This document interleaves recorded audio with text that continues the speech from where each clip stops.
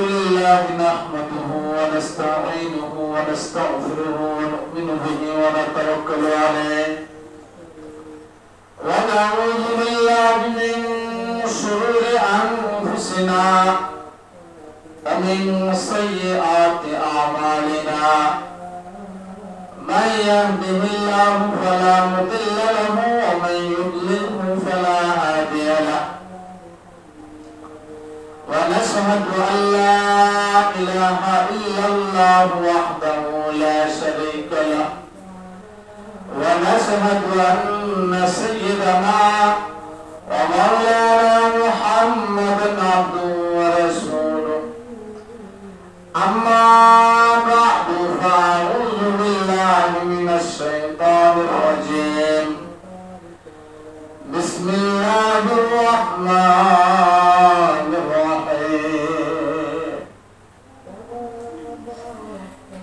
إن أول بيت وضع للناس الذي ببكة مباركا وهدى للعالمين فيه آيات بينات مقام إبراهيم ومن دخله كان آمنا ولله على الناس حج البيت من استطاع إليه سبيلا ومن كفر فإن الله غني عن العالمين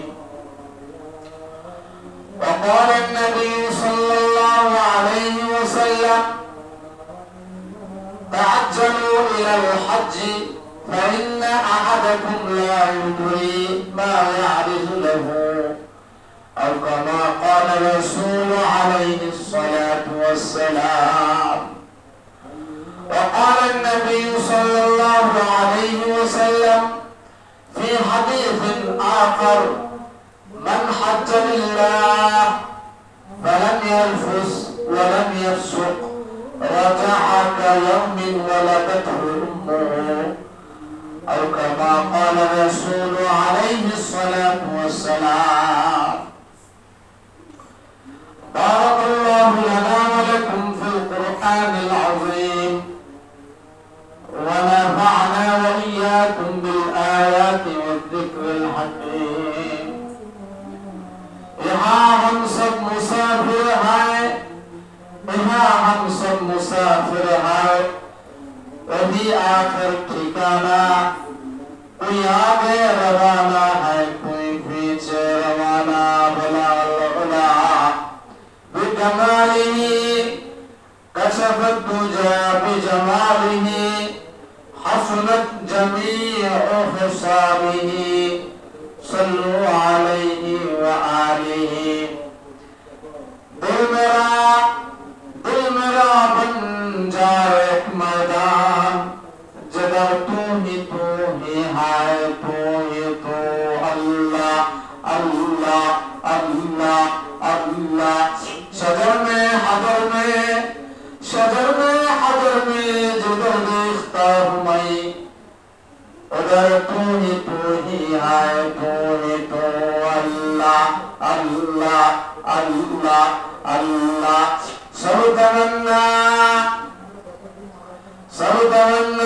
दिल से रुखसत हो गई सब तमन्ना दिल से रुखसत हो गई अब तो आजा अब तो खलवत हो गई अल्लाह अल्लाह अल्लाह अल्लाह अल्लाह अल्लाह अल्लाहुम्म सल्लि अला मुहम्मद व अला आलि मुहम्मद कमा सल्लैता अला इब्राहीम व अला आलि इब्राहीम इन्नका हमीदुम मजीद अल्लाहुम्म बारिक अला मुहम्मद व अला आलि मुहम्मद कमा बारकता अला इब्राहीम व अला आलि इब्राहीम इन्नका हमीदुम मजीद اللهم صل على محمد النبي الأمي وعلى آله وسلم تسليما رب اشرح لي صدري ويسر لي أمري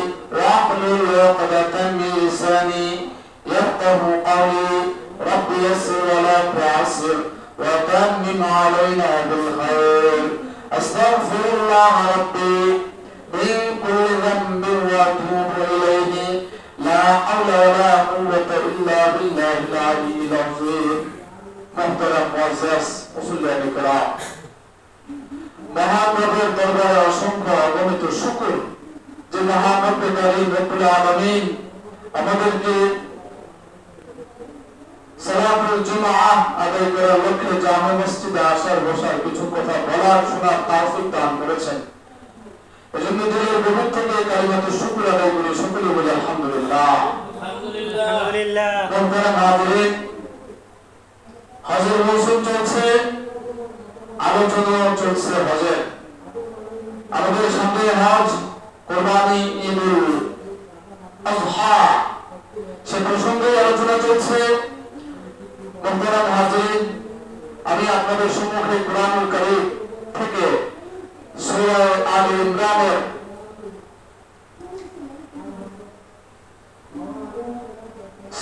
96 নং আয়াত এবং 97 নং আয়াতটি তেলাওয়াত করেছি। আল্লাহ তাআলা যদি তৌফিক দান করেন, পবিত্র আয়াত এবং রাসূলের হাদিসসমূহ থেকে হাদিস পাঠ করেছি। মহান রব্বুল আলামিন যদি তৌফিক দান করেন, পবিত্র আয়াত এবং হাদিসের উপরে সংক্ষিপ্ত আলোচনা হবে।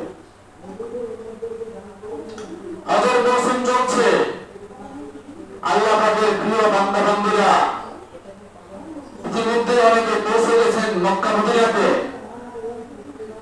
মক্কাতে একটি ঘর আছে, সেই ঘরটিকে বলা হয় বাইতুল্লাহ। সেই বাইতুল্লাহকে কেন্দ্র করে আল্লাহ পাকের বান্দা-বান্দীরা হজ পালনের উদ্দেশ্যে চলে যান মক্কাতে। সেই মক্কাতে যে ঘর, সেই ঘরটি হলো পৃথিবীর ইতিহাসে সর্বপ্রথম ঘর। কোরআনের পাকের মধ্যে আল্লাহ পাক রব্বুল আলামিন বলেছেন স্পষ্টভাবে, ইন্না আউওয়ালা বাইতিন উযিআ লিন-নাসি লাল্লাযী বিবাক্কাতা মুবারাকান ওয়া হুদাল লিল আলামিন। কোরআনের পাকের মধ্যে আল্লাহ তাআলা বলেন, ইন্না আউওয়ালা বাইতিন, নিশ্চয় প্রথম ঘর, ইন্না নিশ্চয়, আউওয়ালা বাইতিন প্রথম ঘর, উযিআ লিন-নাস মানুষের জন্য বানানো হয়েছে, লাল্লাযী বিবাক্কাতা মুবারাকান ওয়া হুদাল লিল আলামিন, যেটি মক্কাতে, মক্কার আরেকটি নাম হলো মক্কা। মক্কাতে তৈরি করা হয়েছে মানুষের উপকারের জন্য, ইবাদতের জন্য। মুবারাকান, যে ঘরটি বরকতপূর্ণ, ওয়া হুদাল লিল আলামিন, এবং বিশ্বজগতের মানুষের জন্য, মানব জাতির হেদায়েতের জন্য আল্লাহ তাআলা এই ঘরটি তৈরি করেছেন। প্রথম ঘর এবং পৃথিবীর মধ্যে সবচেয়ে দামি ঘর বাইতুল্লাহ।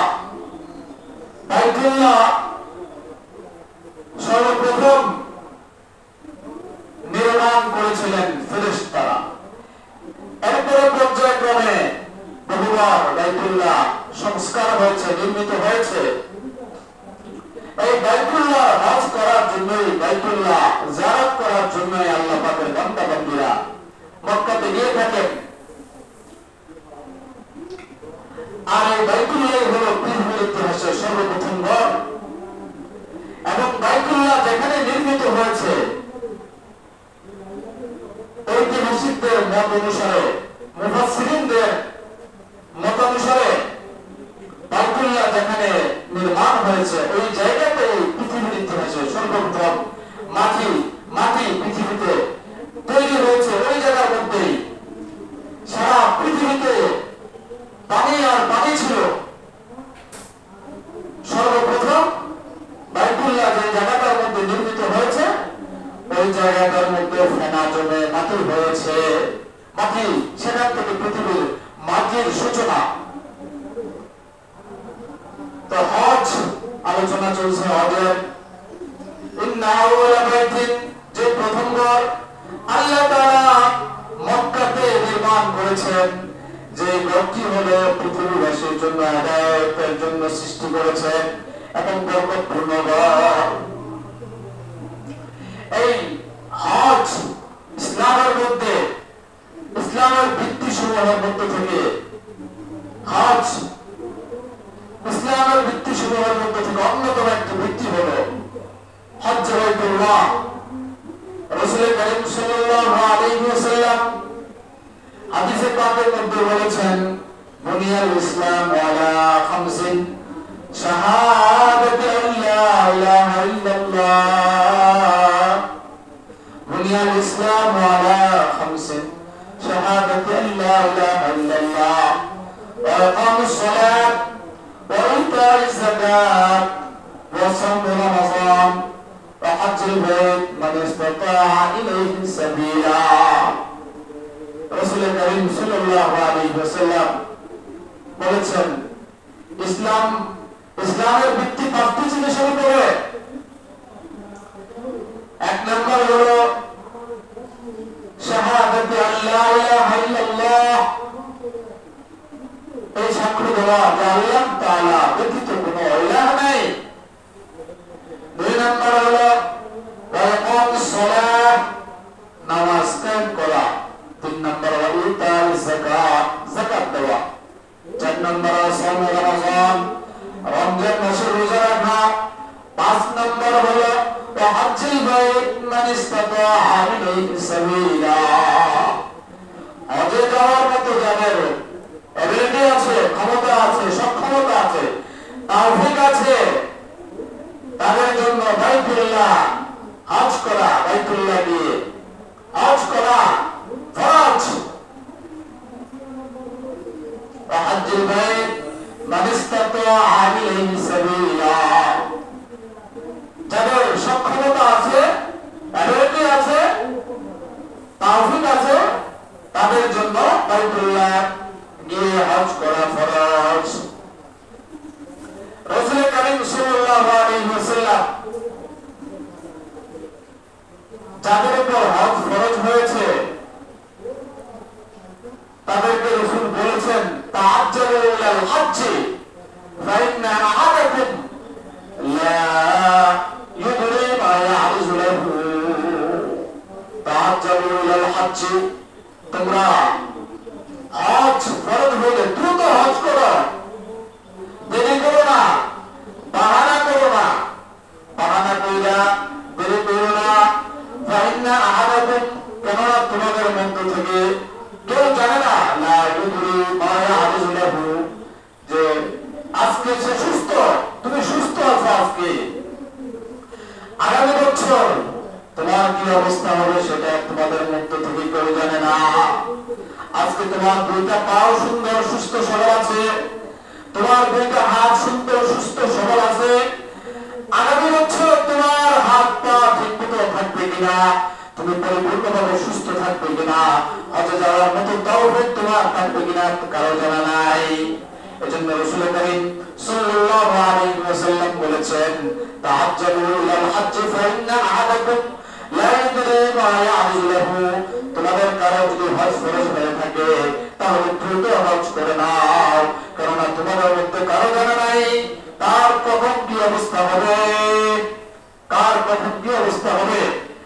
এই বছর তুমি সুস্থ, আগামী বছর তুমি সুস্থ থাকবে কিনা তোমার জানা নাই। হজে গিয়ে হজে যাওয়ার দ্বারা আখিরাতের কথা স্মরণ হয় এবং দিল থেকে হিংসা দূর হয়, অহংকার দূর হয়। যারাই সারা বিশ্ব থেকে যত মানুষই হতে যায় সবার তালবিয়া, একটাই তালবিয়া সবার মুখে উচ্চারিত হয়, লাব্বাইক আল্লাহুম্মা লাব্বাইক লাব্বাইক লা শারীকা লাক লাব্বাইক ইন্নাল হামদা ওয়ান নি'মাতা লাক ওয়াল মুলক লা শারীকা লাক। এই তালবিয়াটা সবাই বলে, বাঙালি হোক, আরবের আদমি, তুর্কি, আফগান, ইরানি, যে দেশের মানুষই হোক, সবার মুখে একটি তাকবীরের ধ্বনি, তালবিয়ার ধ্বনি উচ্চারিত হয়।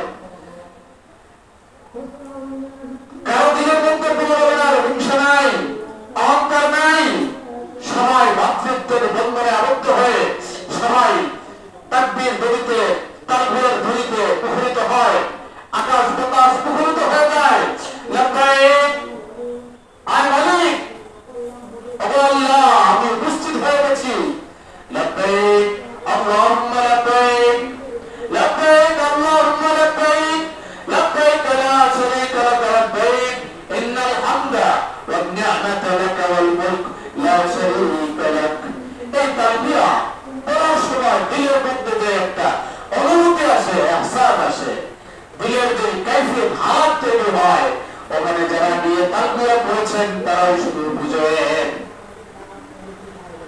তালবিয়া যারা পড়েছেন তারাই শুধু বুঝেন। এই তালবিয়া ওখানে গিয়ে হজ উমরা করতে গিয়ে তালবিয়া করার মধ্যে কি মজা, কি স্বাদ, কি জান্নাতি স্বাদ অনুভব হয় সেটা শুধু তারাই বুঝেন যারা হজ উমরা করতে গিয়ে তালবিয়া পাঠ করেছেন। হজের ফজিলত অনেক। হজের ফজিলত বলতে গেলে দীর্ঘ সময়ের ব্যাপার। রাসূল করিম সাল্লাল্লাহু আলাইহি ওয়াসাল্লাম বলেন, মান হাজ্জা লিল্লাহি ফালাম ইয়ারফুস ওয়া লাম ইয়াফসুক রাজা'a কায়াউমিন ওয়ালাদাতহু উম্মুহু। মান হাজ্জা লিল্লাহ, যে ব্যক্তি আল্লাহর জন্য হজ করে, মানুষকে দেখানোর জন্য নয়, মানুষ তাকে হাজি করবে সেজন্য নয়, একমাত্র আল্লাহ তাআলাকে সন্তুষ্ট করার জন্য, আল্লাহকে রাজি খুশি করার জন্য যে হজ করে। মান হাজ্জা লিল্লাহ, যে ব্যক্তি আল্লাহর জন্য হজ করে, ফালাম ইয়ারফুস ওয়া লাম ইয়াফসুক, কোন ধরনের গুনাহের কাজ করে না, কোন ধরনের গুনাহের কাজ করে না। ولم يرفث ولم يفسق رجع كيوم ولدته أمه। رجع شفيعة كيوم ولدته أمه, যেদিন তার মা তাকে ভূমিষ্ঠ লাভ করেছে, প্রসব করেছে তার মা, সেদিন যেরকম ভাবে সে নিষ্পাপ ছিল ওরকম ভাবে নিষ্পাপ অবস্থায় হজ থেকে ফিরে আসে হাজী সাহেব, যদি আল্লাহর জন্য হজ করে থাকে। আর যদি মানুষকে দেখানোর জন্য হজ হয় এবং হজে গিয়ে আল্লাহ পাকের বান্দা বান্দীদেরকে কষ্ট দিয়ে থাকে, কারোর সাথে ঝগড়া করে থাকে, হজে গিয়ে কোন ধরনের গুনাহের কাজে লিপ্ত হয়ে যায়, তাহলে কিন্তু তার জন্য এই সওয়াবটা হবে না, এই ফজিলতটা তার জন্য নয়। কার জন্য ফজিলত? ফজিলতটা হলো যে হজে গিয়েছে, হজে গিয়েছে আল্লাহর জন্য, আল্লাহকে রাজি খুশি করার জন্য। মান হাজ্জা লিল্লাহ, যে ব্যক্তি আল্লাহর জন্য হজ করে, ফালাম ইয়ারফুস ওয়া লাম ইয়াফসুক রাজা'a কায়াউমিন ওয়ালাদাতহু উম্মুহু।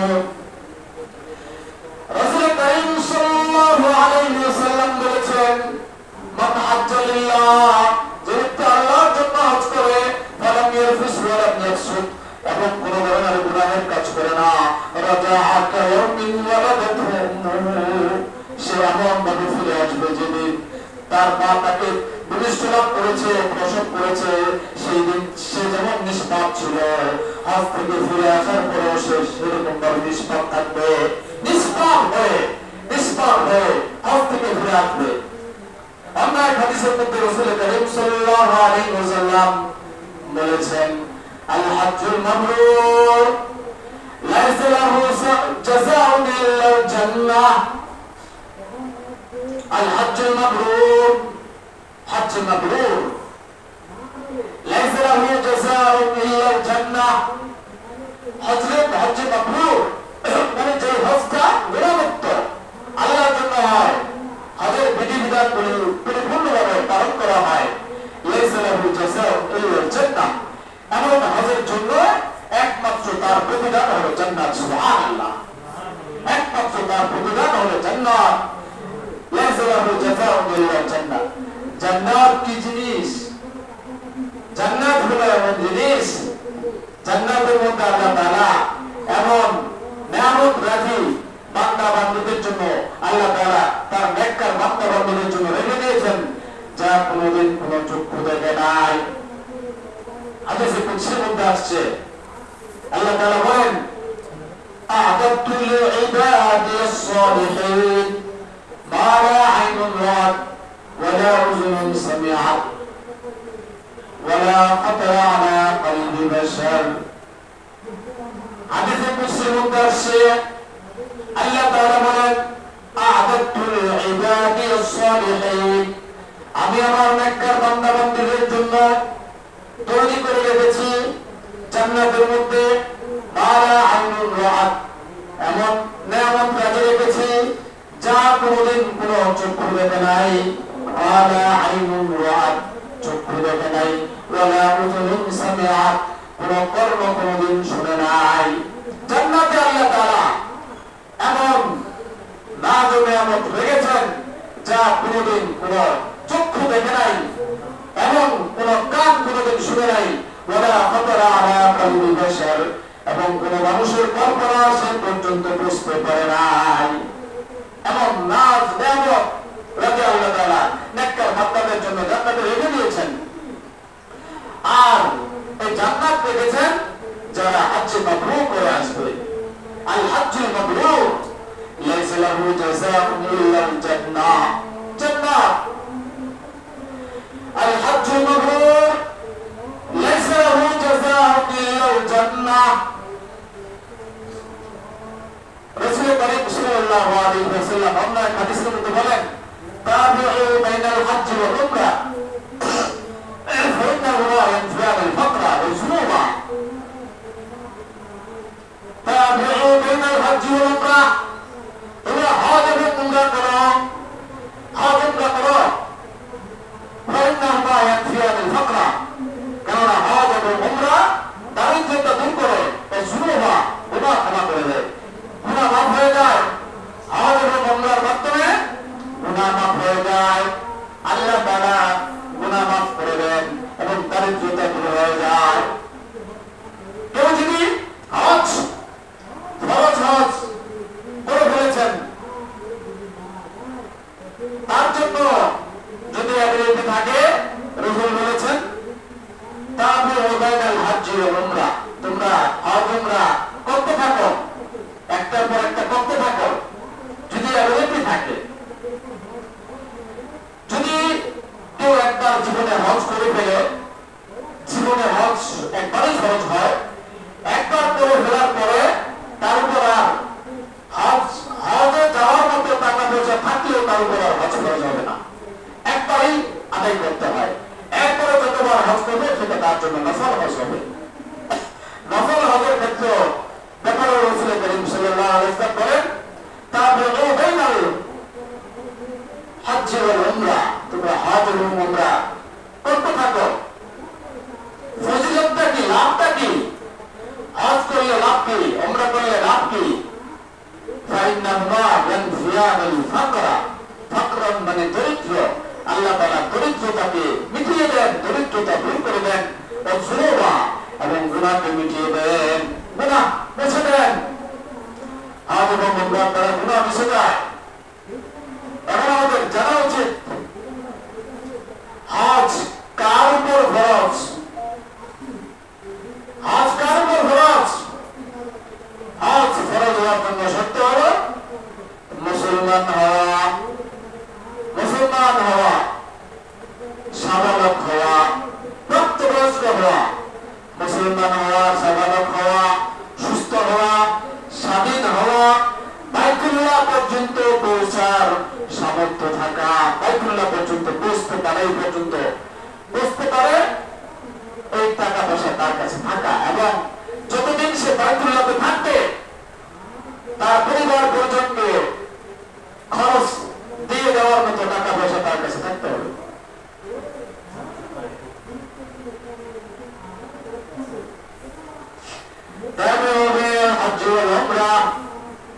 রাসূল করিম সাল্লাল্লাহু আলাইহি ওয়াসাল্লাম বলেছেন, তাবিউ বাইনাল হজ্জ ওয়াল উমরা, তোমরা হজ এবং উমরা করতে থাকো, একের পর এক করতে থাকো। ফাইন্নাহুমা ইয়ানফিয়ানুল ফাকরা ওয়াজ-যুনুবা, দারিদ্রতা দূর হয়ে যায়, গুনাহ মাফ হয়ে যায়। তো বলতেছিলাম কাদের উপর হজ ফরজ? এক নম্বর হলো মুসলমান হতে হবে, মুসলমান হওয়া, সাবালক হওয়া, সুস্থ হওয়া, স্বাধীন হওয়া, বাইতুল্লাহ পর্যন্ত পৌঁছার সামর্থ্য থাকা। আর মহিলার জন্য মাহরাম সাথে থাকতে হবে, রাস্তা নিরাপদ থাকতে হবে, রাস্তা নিরাপদ থাকতে হবে, মাহরাম সাথে থাকতে হবে। অনেকে দেখা যায় আবেগের বশবর্তী হইয়া মাহরাম ছাড়াই অনেক মহিলারা মাহরাম ছাড়া উমরায় চলে যায়, হজে চলে যায়। মাহরাম ছাড়া যদি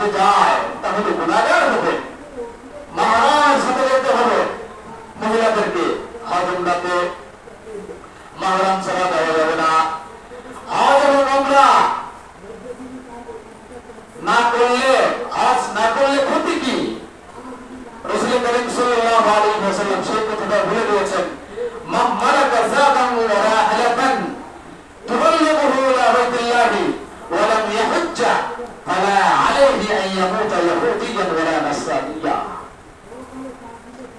রাসূল করিম সাল্লাল্লাহু আলাইহি ওয়াসাল্লাম বলেছেন, মান মালাকা যাদান ওয়া রাহলা, যার হজ যাওয়ার মতো পাথেও আছে এবং সওয়ারিও আছে, হজে যাওয়ার মতো যে টাকা পয়সা সেটাও আছে এবং সওয়ারি আছে, যেভাবে যে সওয়ারির উপর আরোহণ করে হজে যাবে সেই ব্যবস্থাও তার আছে, অ্যাবিলিটি আছে।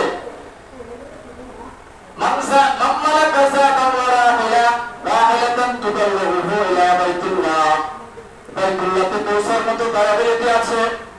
ওয়ালাম ইয়াহুজ্জা, একবারও সে হজ করল না, ফালা আলাইহি আন ইয়ামুতা ইয়াহুদিয়্যান ওয়া লা নাসরানিয়্যা।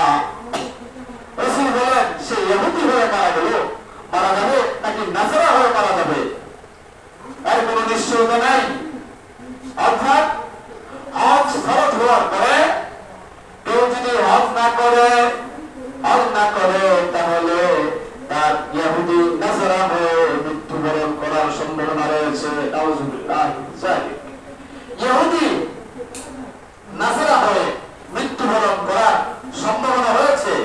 এজন্য ভাইরা আমার, যাদের উপর হজ ফরজ হয়েছে, আমরা অবশ্যই এই বছর তো হজে যারা চলে যাচ্ছেন, চলে গিয়েছেন না, এই বছর তো সম্ভব নয়। এখন থেকে আমরা পাক্কা পড়তে আলাদা করি যে আগামী বছর অবশ্যই আমি হজ করব। আমার আল্লাহ পাকের যে বিধান, ফরজ বিধান, সেটা পালন করবো। রাজি আছি তো ইনশাআল্লাহ?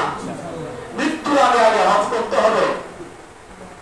এমন যাদের উপর হজ ফরজ হয়েছে তাদের দায়িত্ব হলো, যদি সম্ভব হয় এই বছরই চলে যাওয়া, আর যদি সম্ভব না হয় তাহলে আগামী বছর যাওয়ার জন্য প্রস্তুতি গ্রহণ করা এবং ওয়ারিসিন যারা আছেন, উত্তরাধিকারী যারা আছে, তাদেরকে ওসিয়ত করে রেখে দেওয়া।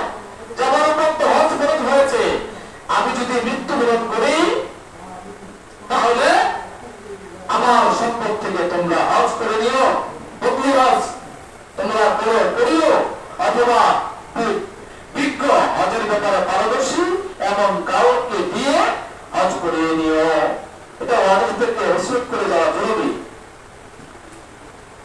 তারা বলে রাসূল করিম সাল্লাল্লাহু আলাইহি ওয়াসাল্লামের ধমকি যে সে ইহুদি এবং নাসারা হয়ে মৃত্যুবরণ করার সম্ভাবনা রয়েছে। এজন্য আমাদের যাদের উপর হজ ফরজ হয়েছে, আল্লাহ পাক আমাদের সবাইকে দ্রুত হজে যাওয়ার তৌফিক দান করুন। সকলে বলেন আমিন। এবং আমাদের যাদের হজে যাওয়ার মতো অ্যাবিলিটি নাই কিন্তু নিয়ত আছে, হজ উমরা করার নিয়ত আছে, আমাদের সবাইকে আল্লাহ পাক বাইতুল্লাহ জিয়ারত করার তৌফিক দান করুন। সকলে বলেন আমিন। আমরা যারা সুন্নাত পরিণাম চালিয়ে রাখতে হবে।